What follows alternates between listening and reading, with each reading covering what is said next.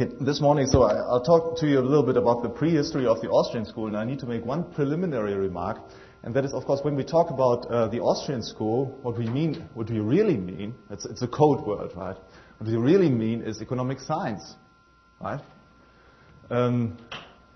We are not just, let's say, there's no such thing as the Austrian science of economic phenomena that could be somehow be opposed to, let's say, the Chicago science of economic phenomena, or the Russian science of economic phenomena, or the Jewish science of economic phenomena, right? That is something that Ludwig von Mises would have called polyllogism, right? It's based on the fallacious notion that there are several, the human mind operates according to different logics. There's only one logic. There's only one world to which we are confronted, so there can only be one true knowledge of this world. So there's only one economic science. And what we mean by the Austrian school is a certain, well, of course, we would say the true tradition of dealing with these phenomena. That's what we believe. That's why we are here dealing with thinkers who, in our eyes, have contributed very much to a pertinent, fitting grasp of this real world. So when we say Austrian school,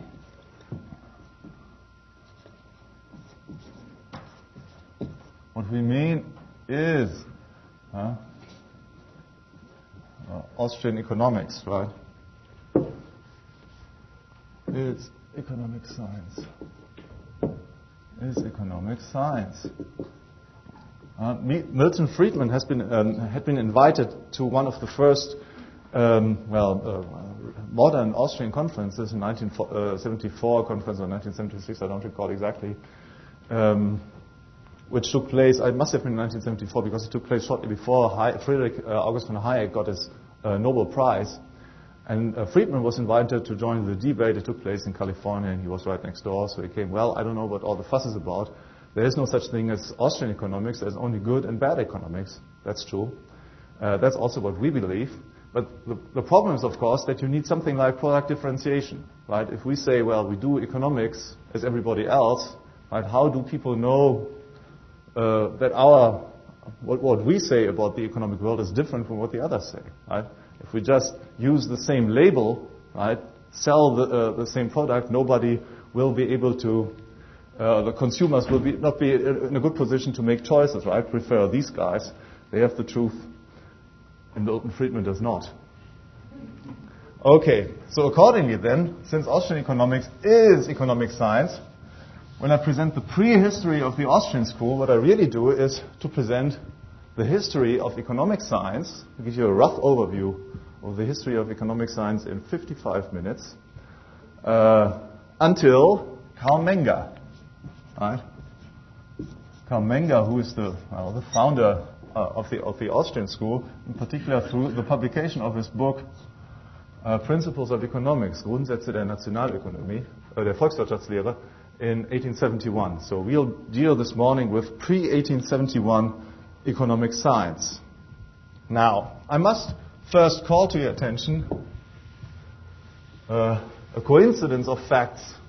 The first fact is that economic science, as we know it as an attempt to give a systematic account of economic phenomena, first emerged during the 18th century. It's relatively recent. It's a much younger science than, let's say, for example, mathematics or physics, logic, and so on, biology.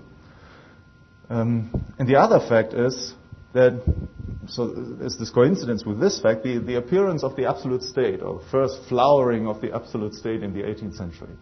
Now, what I will do now is to explain to you that this is not a mere coincidence, but a causal relationship. Right? Economic science emerged as an attempt to account for problems of absolutism, and in particular as a way of dealing with new problems of governance raised by this new political system. And the role of economic science in this context was always that of a criticism of government policies, right? As an explanation why government policies, as they have been defended and justified by its proponents, cannot work out. And then I'll also mention some of the main authors. Okay, so the first thing we have to examine a little bit is to take a look at what could be called the old order, the pre-modern order, the pre-absolute state order. Now, the important thing about this order, various important features of this order, is the first thing is that all laws of mankind are given. Right? They're given independent of the wishes of human beings, independent of their choices, of their, what the government says, and so on. It's been an order instituted by God on earth for man. Right? So laws are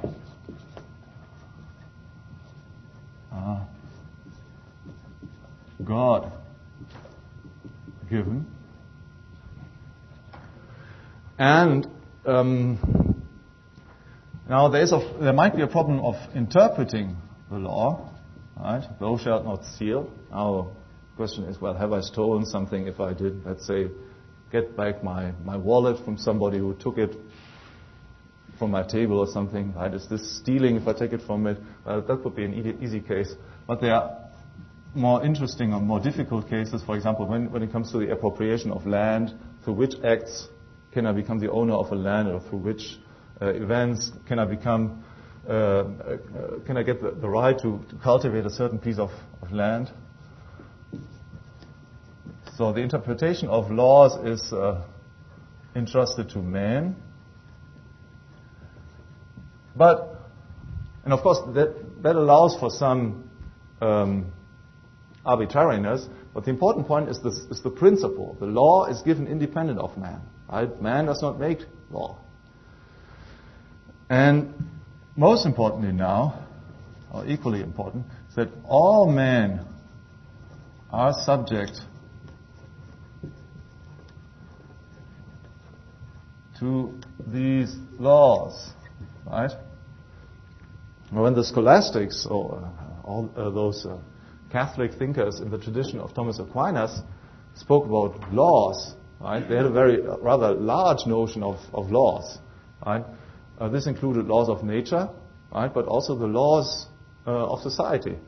And also these were laws, and they were equally instituted by God. And all men were subject to these laws.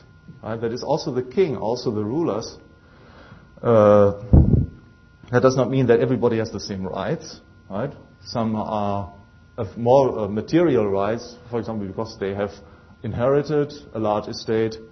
Some also have particular rights and obligations as far as the performance of particular duties is concerned. For example, provision of security services was hereditary.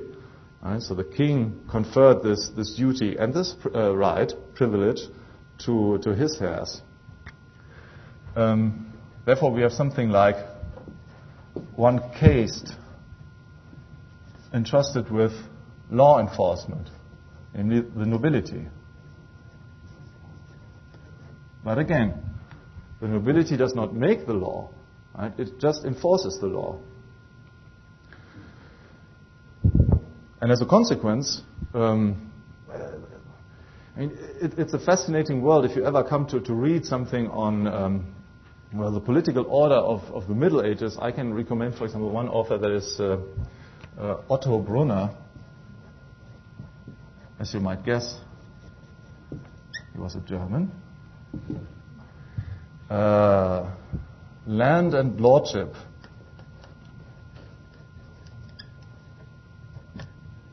Land and Lordship. It was first published in 1939 or 1940, and in the 1950s it's been translated into English. Land and Lordship, very good book.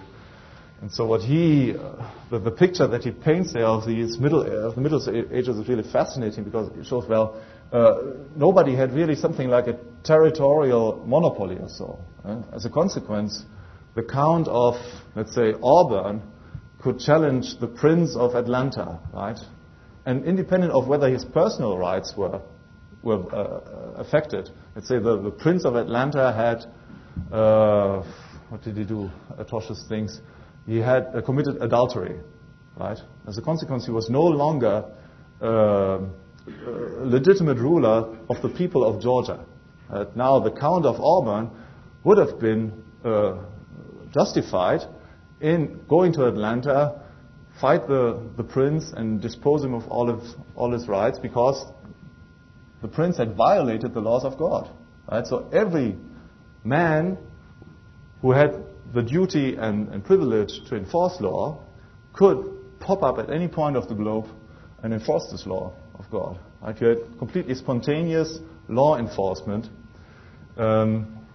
Nobody was, so no tyrant, no petty feudal lord was secure in his rights if he exaggerated. Right? He could be challenged by any other law enforcer.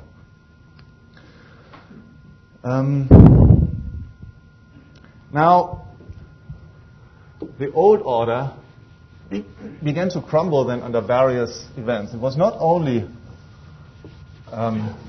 rationalism, which emerged relatively lately, but also in particular two other events. Here we have to mention first the conciliar movement.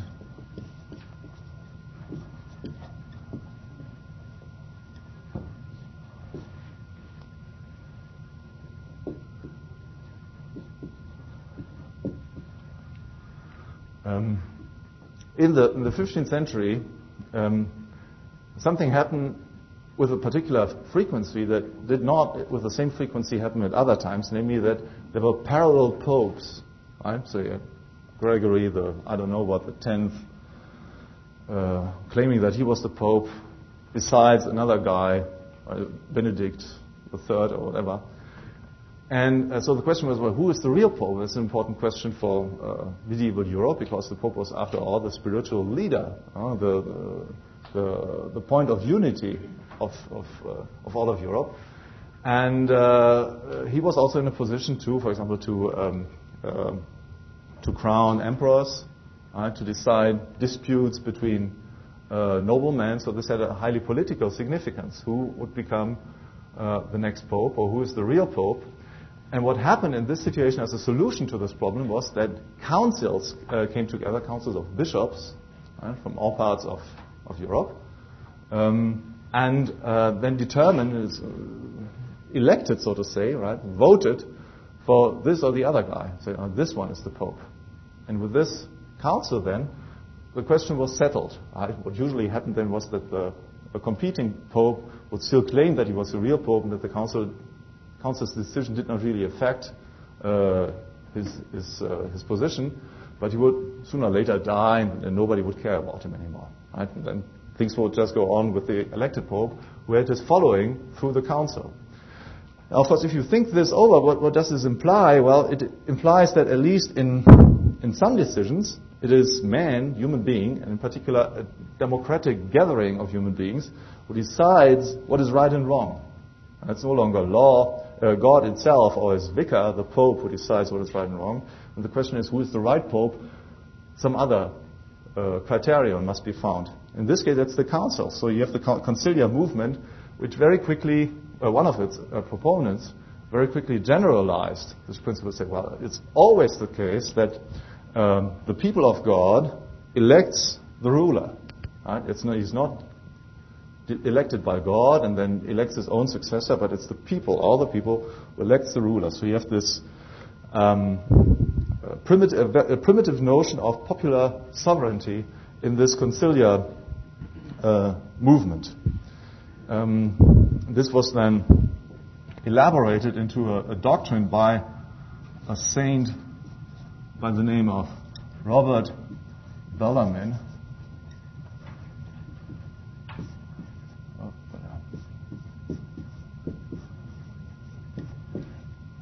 Robert Bellarmine argued that, in fact, there is such a thing as popular sovereignty of the people of God, represented and embodied in the Pope. And this popular sovereignty was at the particular political significance that the people could depose a ruler, which was no longer fit to rule, was unfit to rule. And the precise way in which this happened was that the Pope said, well, this ruler is no longer to be followed. right? Because the Pope represented the body of all the people who were sovereign. So here you have a systematic attempt to transpose the postulates of the conciliar movement into the political realm, right? With a decidedly anti-government or anti-statist twist. Now the kings were, of course, as you can imagine, very quick in fighting back, even on the intellectual level, and they just turned the notion of popular sovereignty, as it was first developed by these Catholic thinkers, on its head. And absolutism, the absolutist kings also claimed that they represented their people, right? The whole social body. But so the thing is that they are the representatives, not the Pope, right? When there's this famous proverb by Louis XIV. L'État c'est moi.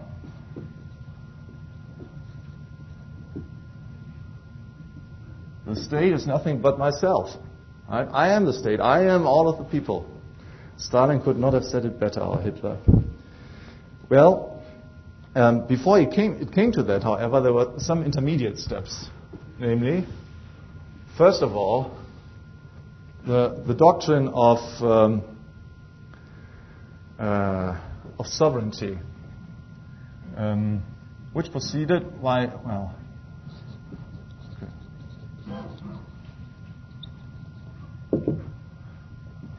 by the notion that the king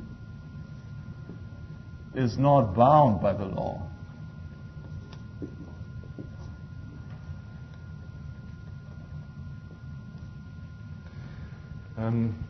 This notion was propounded first without any claim to being a principle, right? Most notably in a work by a certain Italian writer by the name of Machiavelli, around 1510. Around 1510 he wrote this book, Il Principe, the Prince. And here, you might say in an economic science style or praxeological way, he analyzed the best ways for the prince to rule various countries, right? Depending on, well, for example, how did he acquire it? Did he acquire it by force? Did he acquire it by bequest? Did he acquire it through the arms of a friend, of a foreign power, and so on? And according to these different situations, he had to adopt his strategies. But Machiavelli also dealt with the question, well, can the prince violate the law? And yes, he affirmed that, yes, the prince can violate the law. And he discussed, well, what the problems are when the prince acquires a territory and tries to rule a territory by violations of the law. So this was then generalized into a doctrine of sovereignty, in particular by a French author by the name of Jean Bodin, around 1560. And according to this notion of sovereignty, then, it is the king who makes the law.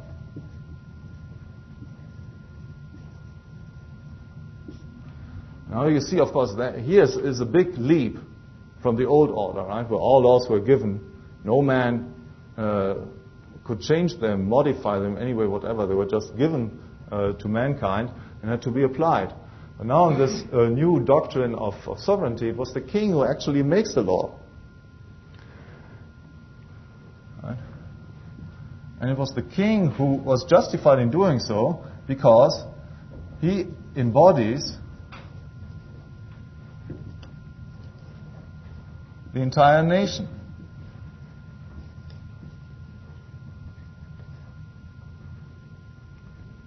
Right? So, again, what the absolutist theoreticians did was just to transpose the theory of popular sovereignty developed by the Catholic scholastics, where the people of God was sovereign, and was embodied by the Vicar of Christ, the Pope, into the secular realm, where it was the nation, no longer the people of God, the nation was sovereign and embodied by the king, right, rather than by the Pope. And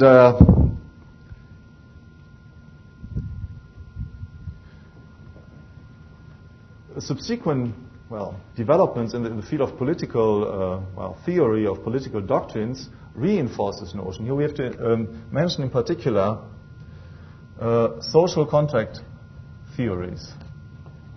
Social contract theories.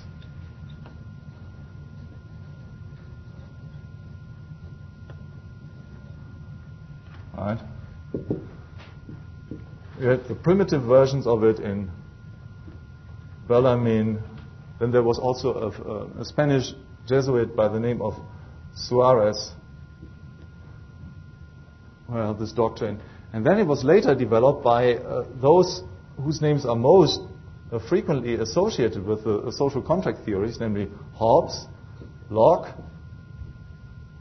and then in the 18th century, much later, Rousseau. Right, so this is 17th century. This is 16th, 17th. There we go. And this is 18th century.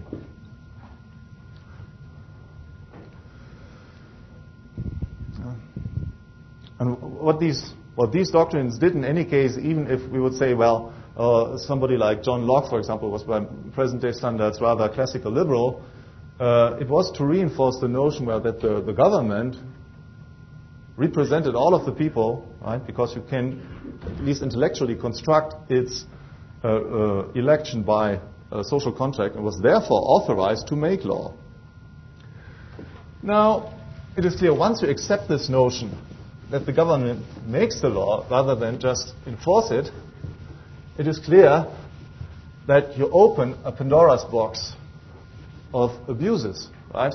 If the king really makes the law, why shouldn't he make a law that I am entitled to only produce, let's say, economics textbooks, right? Nobody else in the US is authorized to do this. Or why shouldn't he make a law that says, the only person who may import rice into Alabama is also myself, right?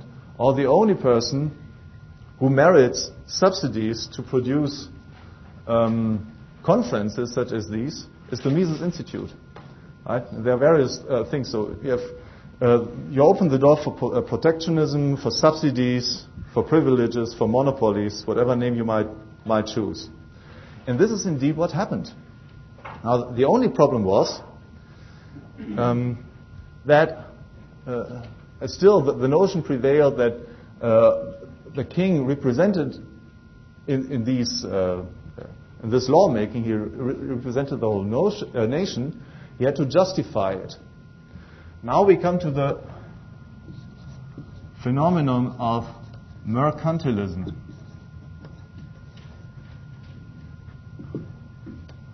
What mercantilism was, it was a body of ad hoc justifications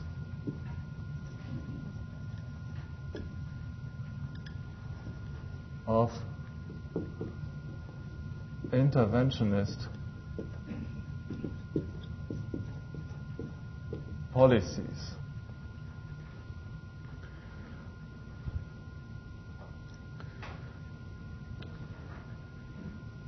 So that there is no system, right? No theory of mercantilism or mercantilist doctrine or something. Mercantilism is the name for a very diffuse, amorph phenomenon. It connotes the totality of all the different justifications that have been advanced for interventionist policies and emerged historically first in the 17th, 18th century.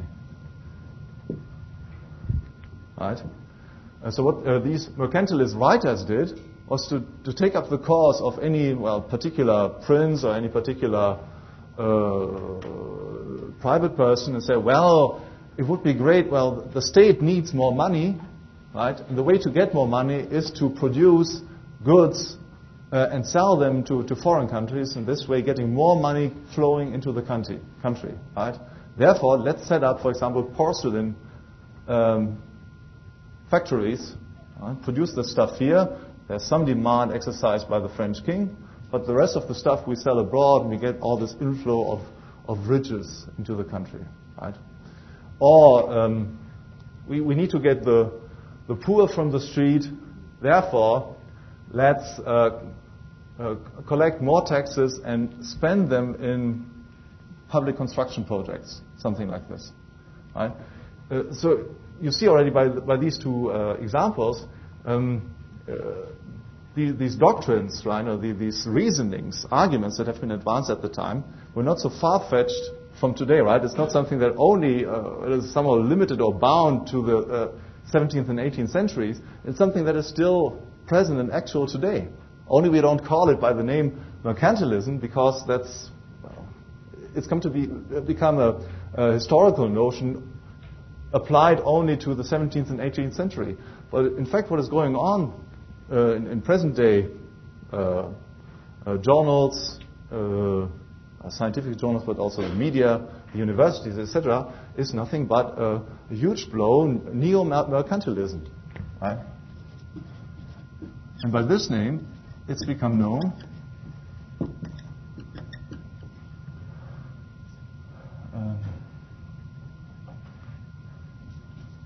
in the 20th century.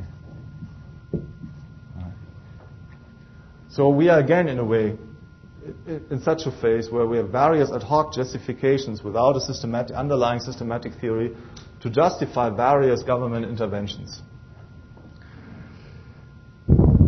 At the time, of course, mercantilism was, quantitatively speaking, was a rather insignificant phenomenon.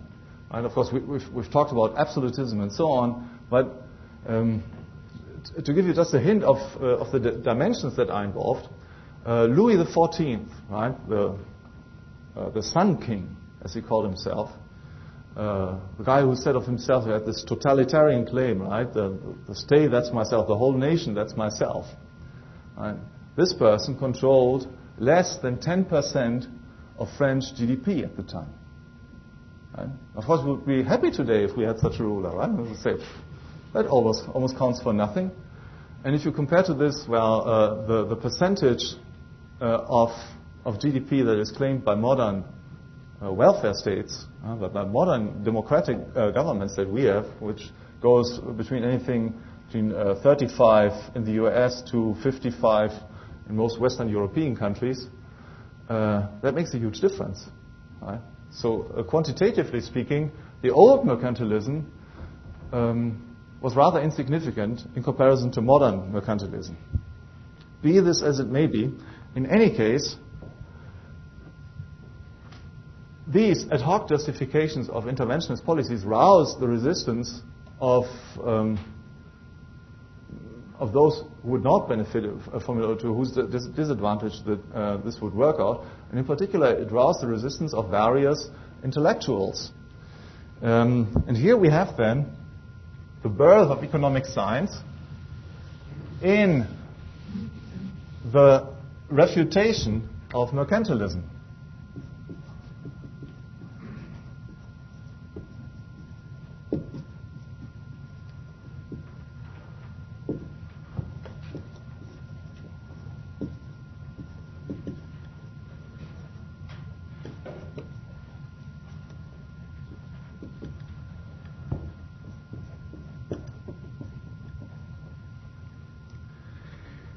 Now, this first occurred only on an ad hoc basis, just as these mercantilist doctrines were developed on an ad hoc basis to justify individual steps.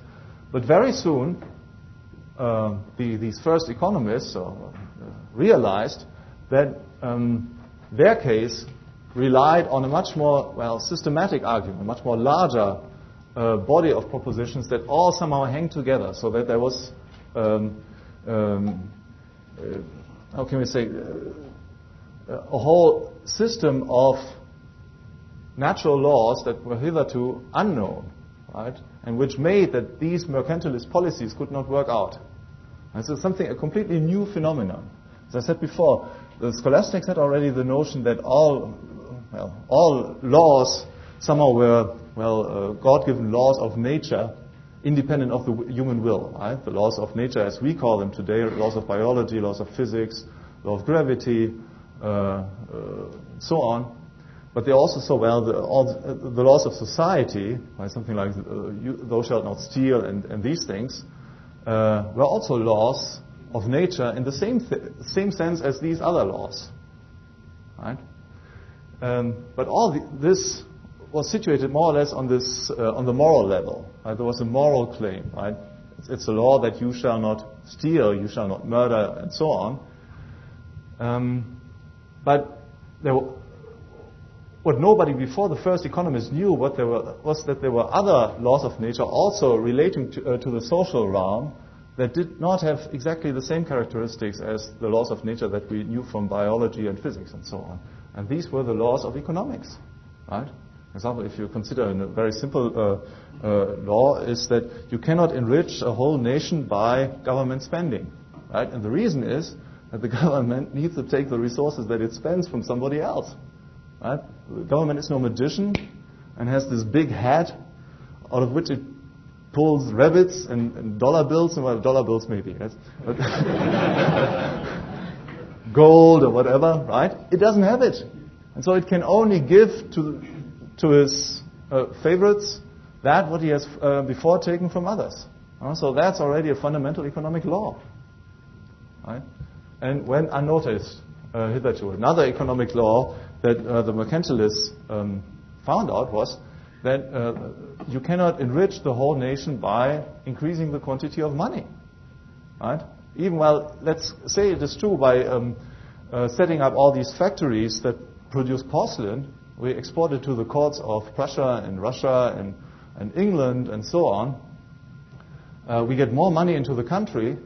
Let's assume that this was true. Well, would we therefore be all better off? No, the nation would not be better off, right? Because all that would happen would be that prices rise, and we still have the same quantities of consumer goods or producers' goods as before. So we're no way better off. Again, we have an economic law, right, the existence of which was ignored before.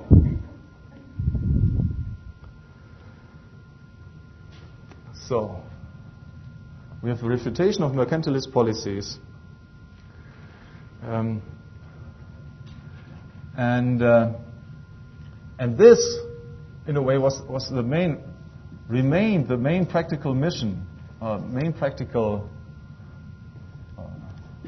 application of economic science.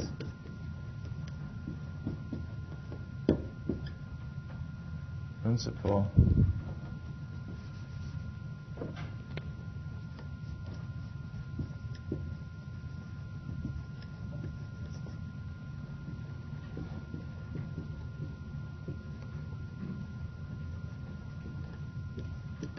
Until the early 20th century. That is, the economists until the end of the 19th century, by and large, studied economics out of a concern for practical questions, right? Should the government do this or other and that? And they invariably came up with rather anti-government conclusions. And these things only changed at the beginning of the 20th century under the impact of, you guess it, government involvement with university education, right? Following the great example of Germany, in particular of Prussia, all other states set up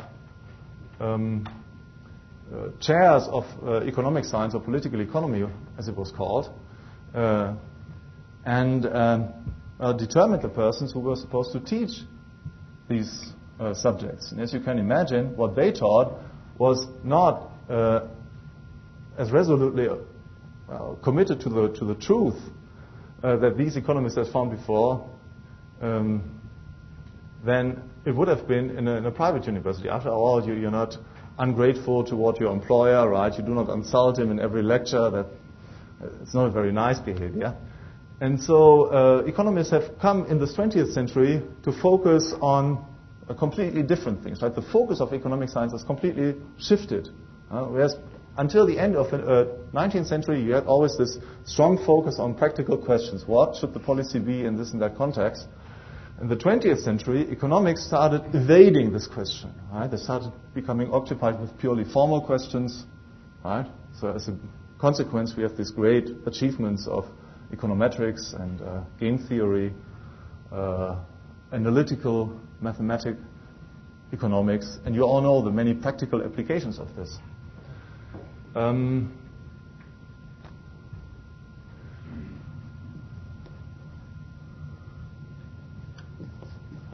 So another feature, of course, we have the refutation of mercantilist doctrines, systematization.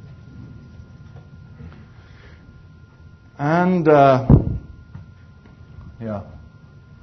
and this is something that is today represented most notably by Austrian economics. I say most notably because I recognize that there are other good economists who err in certain important questions. For example, I consider Gary Becker to be a good economist, right? Even though he's wrong in very important questions. And, well, as Hans Hoppe said yesterday evening, even among the faculty of the Summer University, because some are wrong, right? Well, only I am right, all essential things. Right? But I mean, this tradition, so refutation of, let's say, at least the attention toward these practical applications, focus on practical applications, and giving a systematic account of the intervention of government into the economy, that has remained a principal occupation today only within Austrian economics and a few other economists. Now, the first economist who presented such a thing as a system of economic thought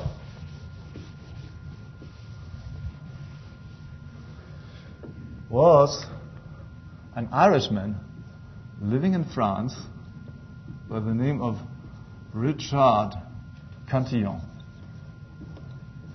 I'm always tempted to pronounce it either way, right? So Richard Cantillon or Richard Cantillon, whatever you like. And he wrote this book, The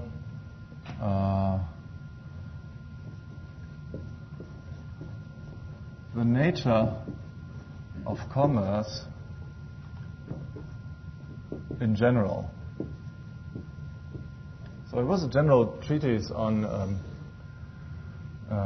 economic subjects. It was not published at his lifetime. Well, Mark Thornton is the big Cantillon expert in our ranks.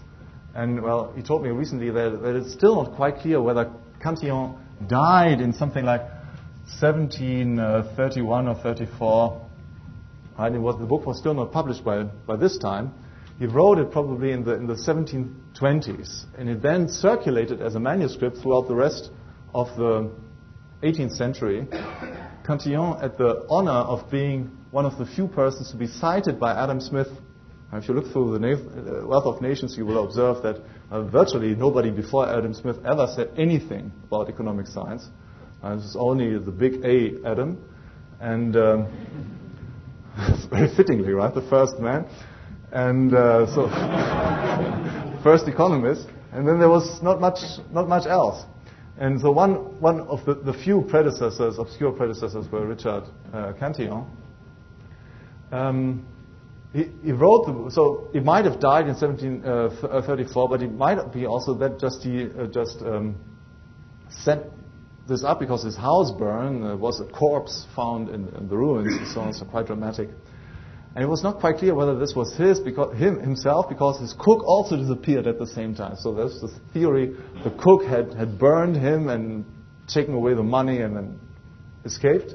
But it could also be that the cook was there and he went elsewhere, right, to Latin America or whatever.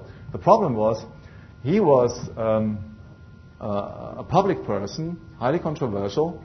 He had been the George Soros of the 1720s, right? In those days, the 1710s and 20s, you have the Mississippi bubble, the stock exchange bubble on the French stock exchange. There was this great fantasy on the fruits and exploits of French colonies overseas, that is here, Mississippi, Missouri, and so on. And this very quickly, well, not very quickly, it took almost also 10 years, as in the case of the recent bubble, for the thing to turn out to be unsustainable. Right? Then the bubble burst, and Cantillon had gone out of stocks in the right time, so he had grown rich by the whole thing, and was not very much beloved by the initiator of this project, which was a Scotsman by the name of John Law. So John Law was, in a way, if you wish, the inventor of modern paper money systems. And there's much to be said about John Law, but I will not spend my lecture now on all the fallacies and heresies in economic science, but look on the pure truth. So we will not talk about this individual. In any case, so John Law had set up the whole thing to the benefit of himself and of the French crown, the usual private-government partnership.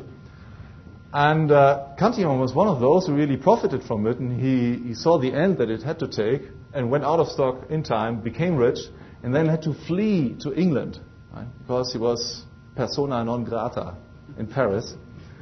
And then, so it could well be that he still had many powerful enemies. Then these persons tried to kill him. They certainly did try.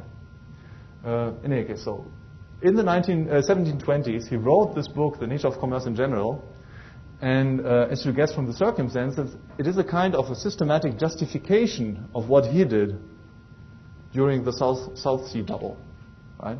So what he tried to show in this book was that by the nature of things, by economic law, the measures that had been taken, inflationary paper money creation and so on, had to burst up the prices in an unsustainable way. That was the main point, the main political point.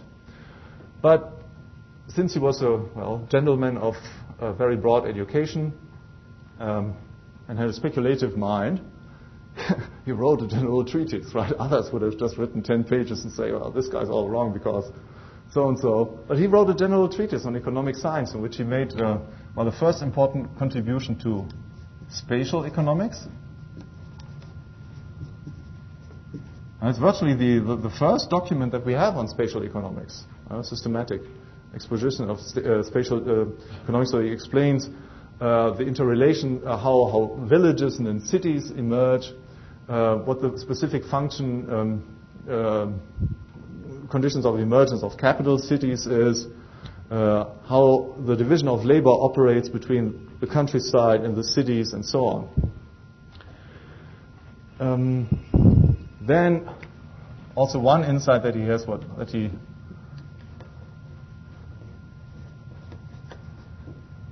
made use of functional concepts of various persons. In modern economic science, we have, for example, the functional distinction between consumers, capitalists,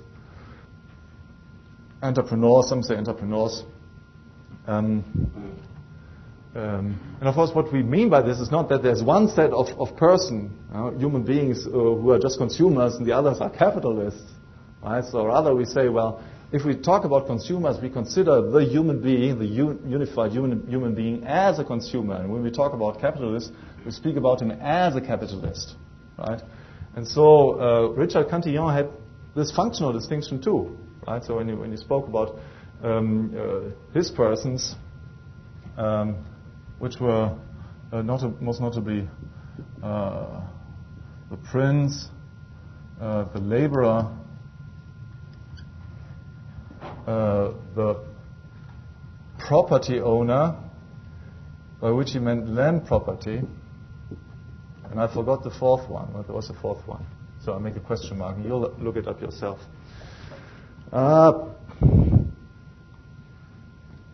then, most importantly, he had a whole part of his book, 3 parts, devoted to monetary economics.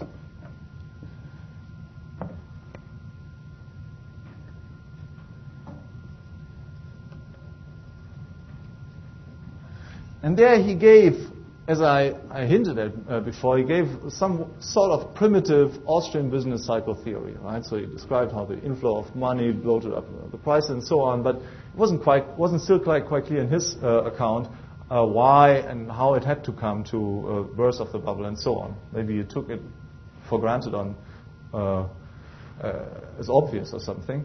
But in any case, there are other things in his monetary economics that are of equal importance. One is first accurate description of what has been called the Cantillon effects later on. And that is nothing but what Professor Rothbard described yesterday when he discussed Mises' theory of money and credit. I said Mises observed that, quantities, variations in the quantity of money are irrelevant for the nation as a whole, right? We do not become better off if the quantity of money increases, only the prices are higher. We do not become worse off if the quantity of money decreases, only the prices are lower.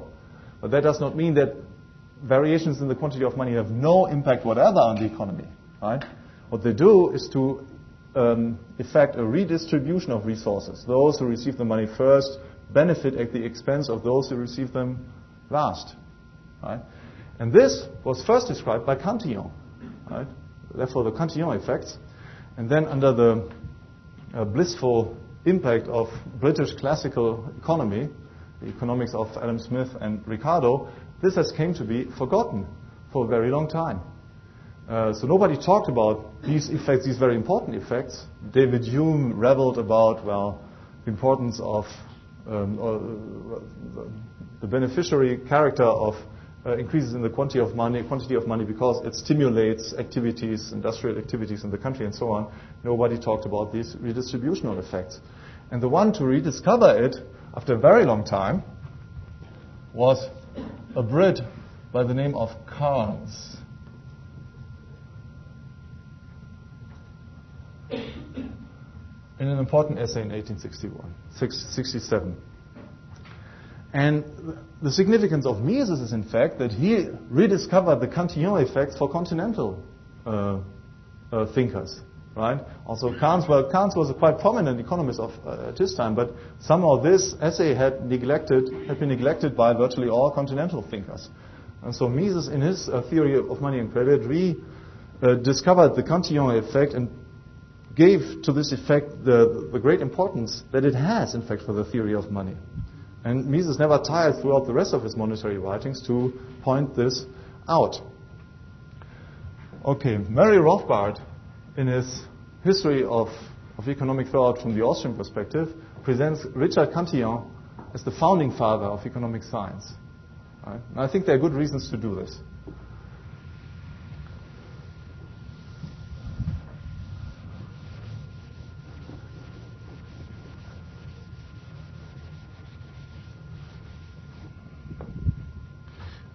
Next, then, I would like to mention two French thinkers of the 18th century. First one is Turgot, and the second is Condillac. Turgot was also a public figure in his time. He was the Minister of Finances. He was a very high functionary in the French state apparatus. And as a very busy man, he obviously not a man of letters, as they said at the time, so not a professional intellectual, as they hang around in the Mises Institute or other places. He had not much time to write on economics, right? But still he produced two great essays. One essay on general economics, It's reflections on the theory of value, I believe. So it's generally known as the reflections. And then he has one essay on money. And reflections is particularly noteworthy because here he gives a very systematic account of the theory of distribution from the point of view of value theory. Right? And the important thing here is that, so this is pre-1776, sometimes in the 1760s. So the importance here is that he based these reflections on what has become known as the subjective value theory in economics, which today is held by the Austrian School, but which in fact is much older than Turgot. So it goes back to a few isolated medieval writers, followers of Thomas Aquinas in the 13th and in the 14th and 15th century, and most notably to the School of Salamanca that Professor Hoppe has mentioned yesterday. I didn't talk about the School of Salamanca mainly because you only have isolated observations, pertinent observations about value and various other things in the writings of these schoolmen, but they never produced a systematic treatise on economics. So we cannot really speak about the School of Salamanca as far as economic science, as a systematic, an attempt at giving a systematic account of economic phenomena is concerned. But still, so the notion of subjective value, that value is related to acting individuals rather than being independent of individual persons, goes back to the School of Salamanca. Turgot took it up. For example, one example is that Turgot pointed out in an exchange there are always both parties who profit from it. Right? What happens in an exchange is not that you give an equal for an equal, but you give something that you value less for something that you value more, and your partner in exchange, and he receives this thing that for you is less, but for him it's more than that value. It has a higher value than that what he gives in the exchange. So Turgot had a very clear notion of this, developed on the basis of this theory of rents and of interest, and so on. But more important than Turgot, and the first real great economist, was the Etienne Abbé de Condillac. So write this name down in golden letters.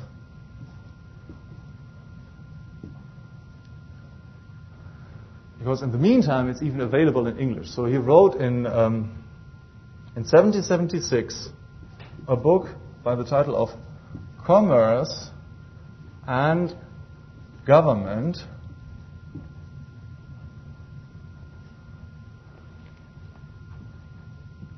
considered in their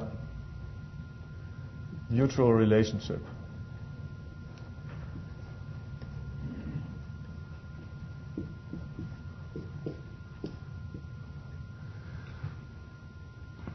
Now, as you see by the date of publication, 1776,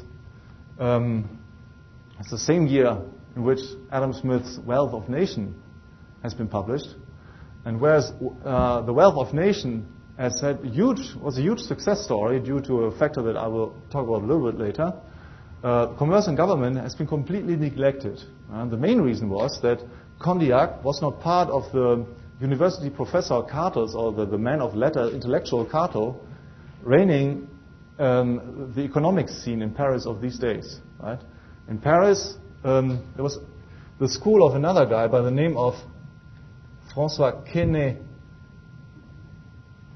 Pronounce this Quesnay. Can you see this? Huh?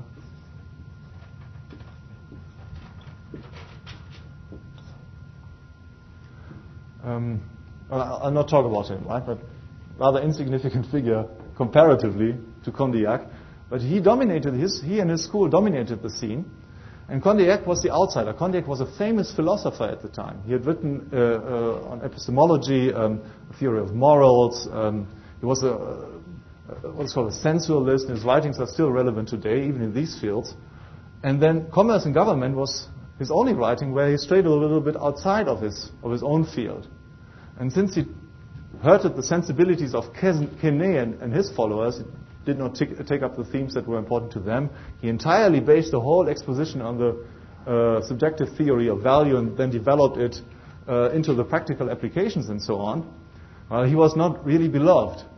And thus he had the unfavorable destiny of not being translated immediately, as almost all other French authors were at the time. So even second and third rate figures who nobody knows today anymore were translated into English more or less immediately in those days.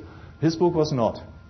Right? And it was only translated a couple of years ago and published in 1997, unfortunately in a very expensive edition by Edward Algar. Right? But if you can get a hold of this copy, take a look at it. What he does here, in particular, is, so considering the mutual relationship, so he performs a comparative analysis of government and intervention in the economy, and it turns out not to be very favorable for the government. And so again, I mean, it's amazing. In chapter after chapter, he goes through it and always shows that the government doesn't achieve the purposes that it has fixed for itself. Okay, before concluding, let me conclude on two other French persons who have made great contributions to economic science. By the way, we have in the library upstairs, in the the Massey library, we have this reading hall with the names of Austrian economists on the wall. You find these names too. Right? So the first one that I have to mention now is a French person by the name of Jean-Baptiste Say. Jean-Baptiste Say is the most important economist of the entire 19th century. Right? He was the great. He had this written this treatise of political economy.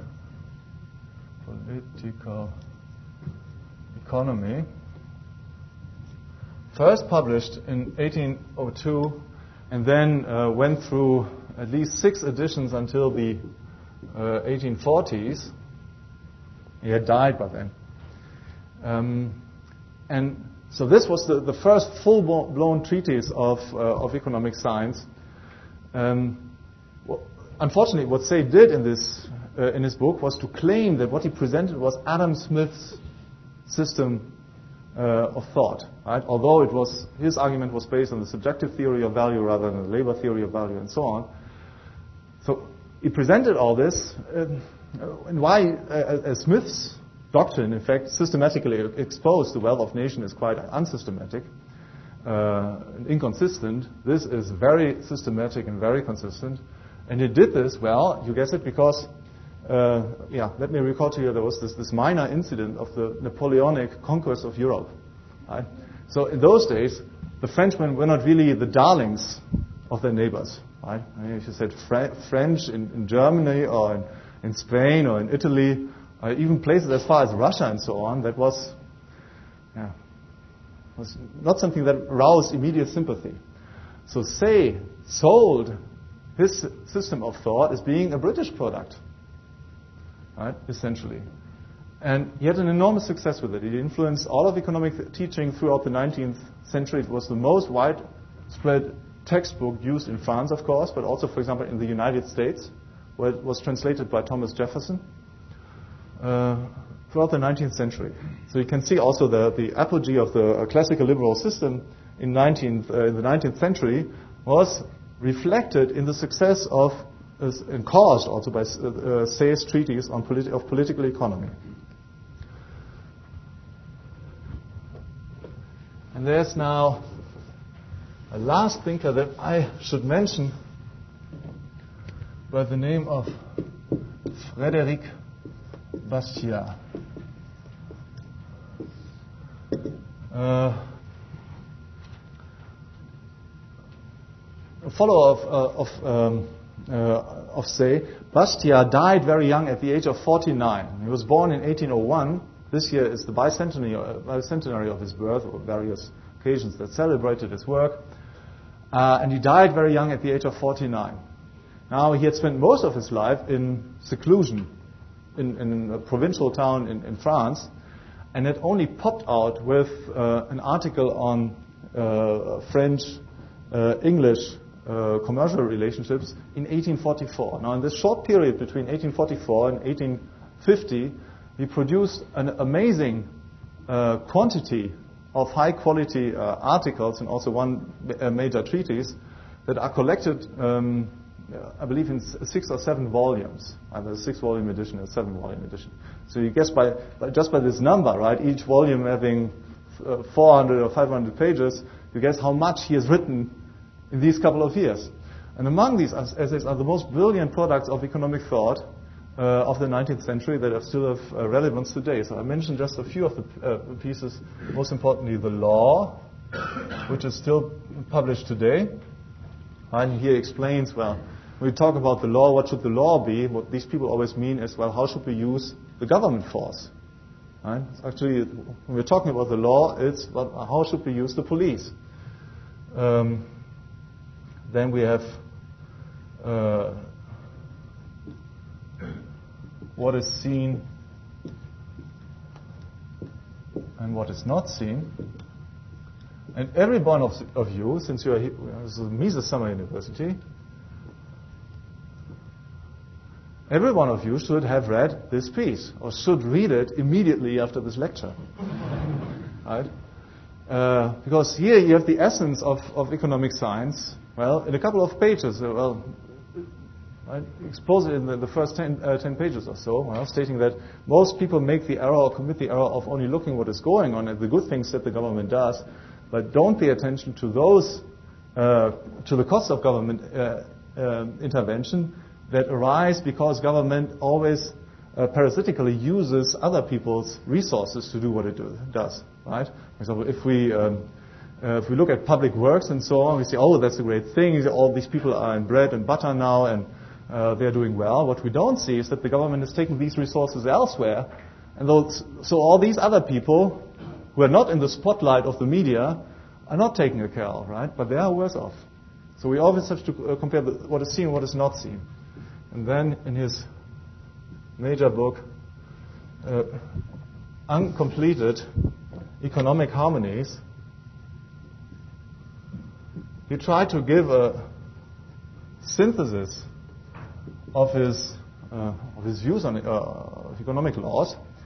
But well, he died while writing on it. But still, I mean, the important theme here is harmony. So he was later on, if you look at it, the literature on economics, history of economic science is known as the harmony theoretician. What it means is that he pointed out, well, in a system, in a free market system where everybody's property rights are respected, the interests of all members of society are harmonious. They're harmonized with one another. There's nothing that is inherent in the free market that opposes these interests against one another. And economic science in the 20th century has replaced, unfortunately, this focus on harmonies by a focus on equilibrium, which is something completely different, right?